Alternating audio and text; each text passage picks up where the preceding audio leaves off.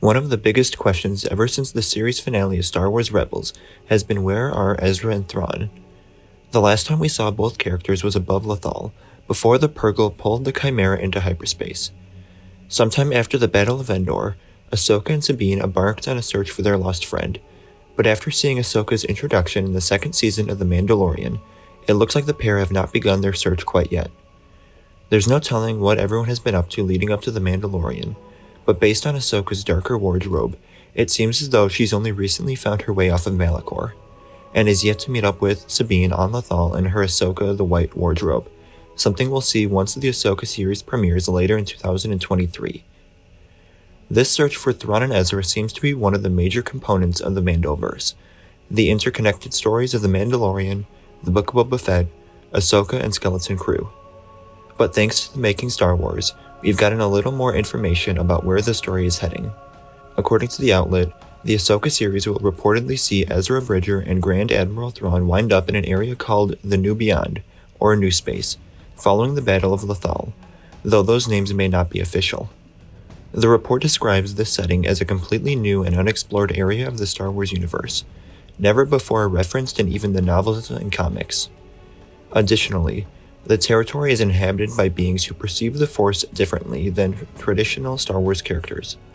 The outlet suggests that magic users outcast by these societies have appeared in other stories, with some indicators pointing to the previously casted Ivana Sakno playing a Night Sister or Light Sister in Ahsoka. Diana Lee in Santos, Morgan Elsbeth also hails from this realm and is said to be appearing in the series. While there isn't much that we can take away from this information quite yet, the fact that we're going to be exploring a brand new region of the galaxy is definitely something that I'm going to be looking forward to. This isn't Wild Space, or the Unknown Regions. It's possible that this new region will have been discovered only because of the Purrgil's abilities, but it's definitely something to look forward to. I also find it interesting that the report mentions Morgan Elsbeth as hailing from the same realm. She name-dropped Thrawn in her appearance in The Mandalorian second season, so she may have been sent from New Space by Thrawn to prepare his forces upon his return. But if she was able to enter the known galaxy on her own, that means Thrawn has a reason for staying there for so many years. He must have been up to something in the near decade since he went out there, something that I expect we'll find out once the series premieres. Making Star Wars also reported that Skeleton Crew will be set in the same brand new region of space known as the New Beyond or New Space.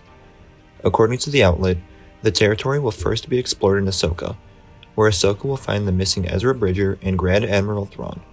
The premise for Skeleton Crew entails the exploits of a group of kids lost in space, apparently in the New Beyond realm. Along the way, they'll come into contact with Jude Law's lead character, as well as having an alleged run-in with Ahsoka. Making Star Wars describes the audience as being as lost as the cast of Skeleton Crew, with the group traversing completely foreign ground in a new universe within the canon continuity.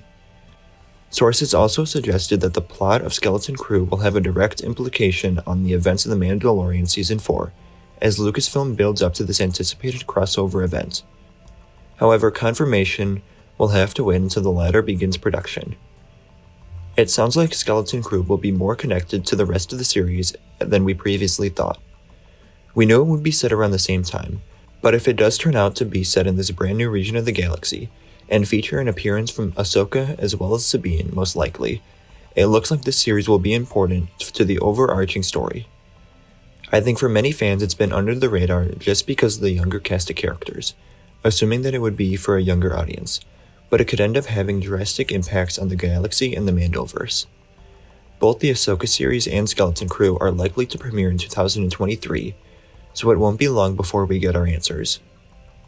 Let me know what you think of these reports in the comments below, and what your predictions are for where the Mandoverse story is headed. Remember to like the video, and subscribe for coverage of The Mandalorian Season 3 when it premieres this winter, and remember to follow me on Instagram, Twitter, and TikTok. Thank you all for watching, and remember, the Force will be with you, always.